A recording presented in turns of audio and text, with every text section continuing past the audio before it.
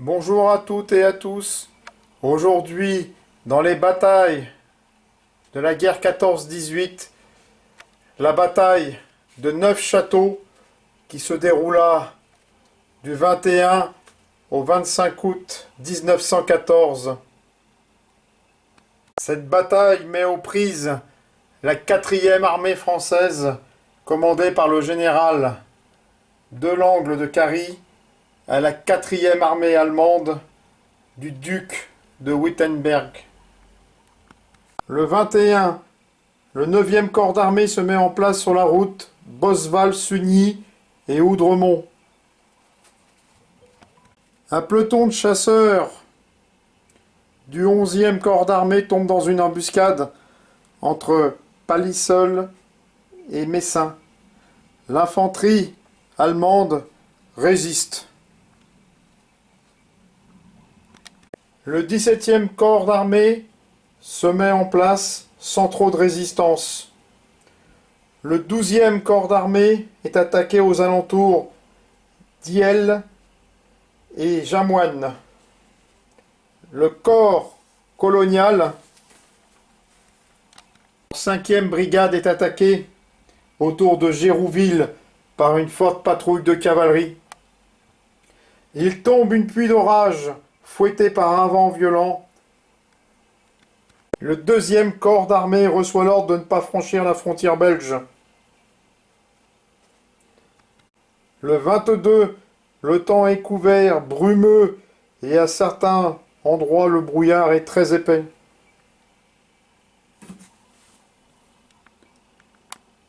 Le 9e corps d'armée progresse tout doucement, sans résistance.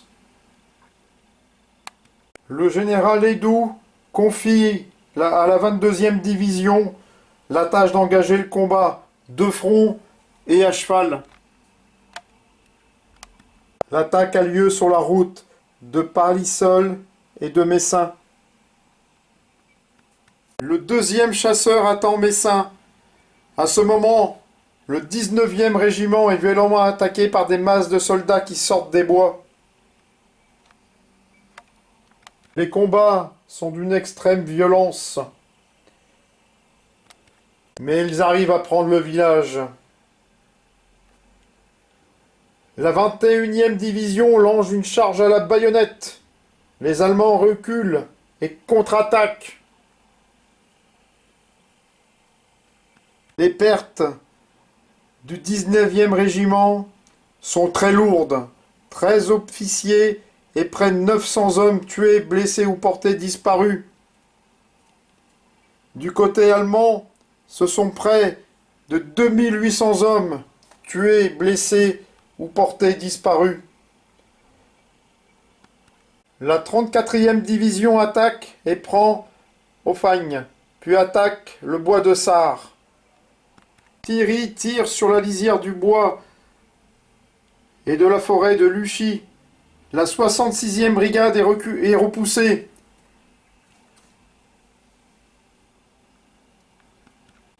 Le général Pauline décide de reporter ses troupes derrière le Sémois.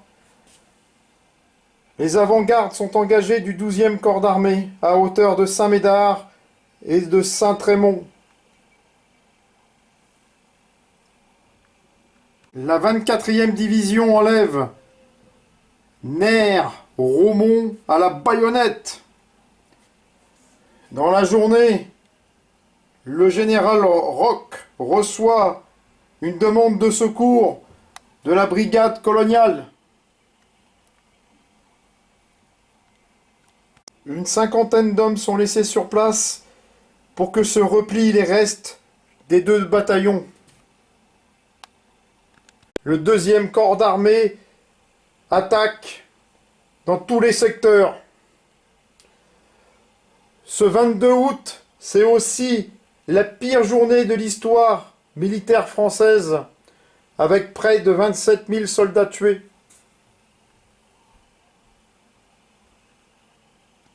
La 4e armée commence son repli le 23, en laissant derrière elle plusieurs lignes de défense, mais la 5e armée et les Britanniques sont en retraite. ordre est donné de se replier. Les Allemands profitent pour lancer des attaques, mais les soldats français résistent. Le 24, c'est l'ordre de la retraite générale. Dans la soirée, le 17e corps d'armée reçoit un télégramme qui parvient du QG pour faire sauter les ponts sur la route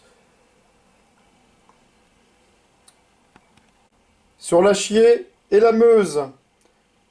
Dès que les troupes seraient passées, on mine les ponts de Carignan, Tétaigne, Brévilly, Douzy et Rémilly. Le 12e corps d'armée combat au Mont des Tilleuls, qui est pris, repris, pris et repris 4 fois. Le 25, la retraite continue.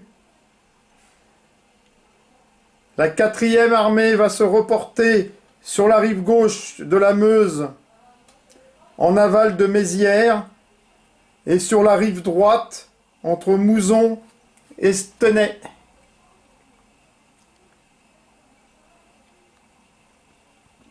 Voici ce qu'était la bataille de Neufchâteau.